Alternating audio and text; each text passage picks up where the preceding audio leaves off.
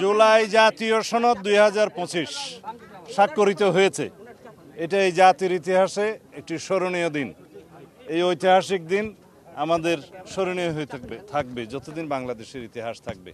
আজকে শহীদের আত্মত্যাগ, রক্তদান, এই জাতির আকাঙ্ক্ষা, জনপ্রত্যাশা সব কিছু পূরণের শুরু হলো কেবল। এটা যাত্রা। এগুলো বাস্তবায়নের মধ্য দিয়ে আমরা একটি গণতান্ত্রিক এবং গণতান্ত্রিক সংস্কারের মধ্য দিয়ে রাষ্ট্র কাঠামো আমরা অর্জন করতে পারবো। যে রাষ্ট্র কাঠামোর মধ্য দিয়ে আমাদের নতুন যাত্রা শুরু হবে। শক্তিশালী গণতান্ত্রিক প্রতিষ্ঠান নির্মিত হবে, সাংবিধানিক প্রতিষ্ঠানগুলো নির্মিত হবে, রাষ্ট্রের সকল ক্ষেত্রে ভারসাম্য প্রতিষ্ঠা হবে। রাষ্ট্রের সকল অঙ্গ, কোনো অঙ্গ আরেকটি অঙ্গের উপরে কর্তৃত্ব প্রদর্শন করতে পারবে না।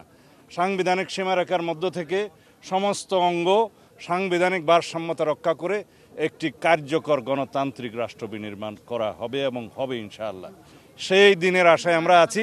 সামনের দিকে আমাদের অনেক কাজ, এগুলো কেবল যাত্রা শুরু। সবাই জুলাই সনদ স্বাক্ষর করেছে, যারা দুই একজন স্বাক্ষর করেন নাই আশা করি তারাও ভবিষ্যতে স্বাক্ষর করবেন, সেই এটা উন্মুক্ত রাখা আছে। আমি এই অন্তর্বর্তীকালীন সরকারের মাননীয় প্রধান উপদেষ্টা এবং জাতীয় ঐক্যমত্য কমিশনের সকল সদস্যবৃন্দ এবং অন্যান্য সকল জাতীয় নেতৃবৃন্দ যারা দীর্ঘ আলাপ আলোচনায় অংশ নিয়েছেন তাদের সকলের প্রতি কৃতজ্ঞতা জানাই, অভিনন্দন জানাই।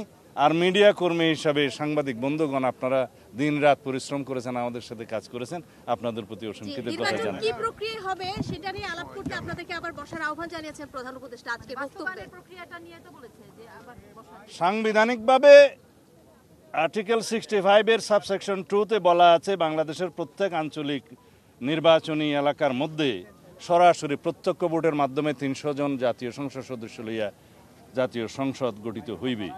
3-র মধ্যে আছে হলো যারা মহিলা মানে নারী সদস্য থাকবে।